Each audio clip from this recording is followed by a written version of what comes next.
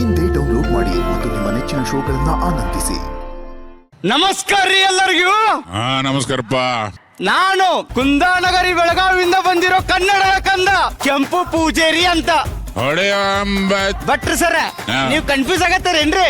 ಇಲ್ಲಪ್ಪ, ಕರೆ ಹೇಳ್ಬೇಕಂದ್ರೆ ನನ್ನ ಹೆಸರ ಕೆಂಪಣ್ಣ ಪೂಜೇರಿ ಅಂತ. ಆದ್ರೆ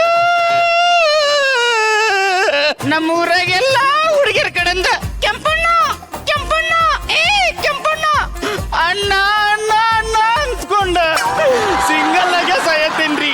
ನನ್ನ ಯಾವನೇ ಎಲ್ಲ ಬಚ್ಚಲಾಗ ತೆಲ್ಕೊಂಡು ಹೊಂಟೈತಿ. ನಿರಂಜನಣ್ಣ ಹೇಳಪ್ಪ. 1999 ಇಸ್ವಿಯಾಗ ನಮ್ ಚಿಕ್ಕಪ್ಪ ಬುರ್ಜ್ ಖಲೀಫಾ ಮೇಲೆ ಕುತ್ಕೊಂಡು ಮಿಯಾ ಖಲೀಫಾಗ ಒಂದು ಮಾತು ಕೊಟ್ಟಿದ್ದ. ದೇವ್ರ ಒಳ್ಳೇದ್ ಮಾಡ್ಲಿ ಅವ್ರ ಜೀವಕ್ಕೆ.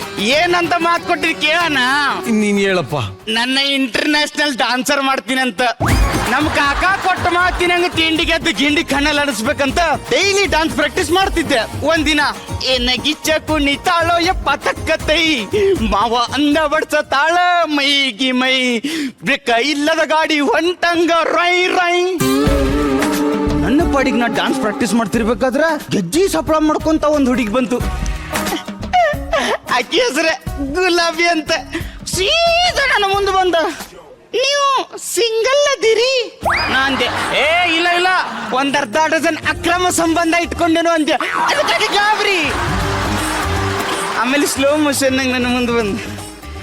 ನೀವ್ ಹೆಂಗಿದ್ರು ನಡಿತೈತಿ, ನೀವು ಡಾನ್ಸ್ ಬಹಳ ಮಸ್ತ್ ಮಾಡ್ತೀರಿ.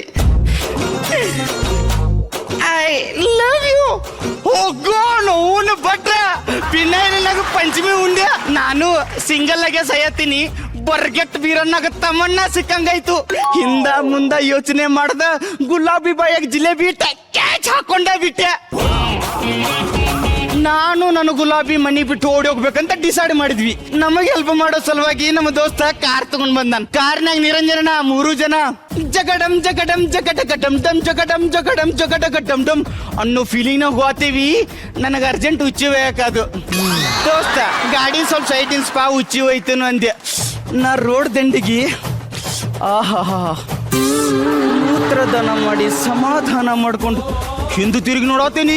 ಕಾರೇ ಇಲ್ಲ.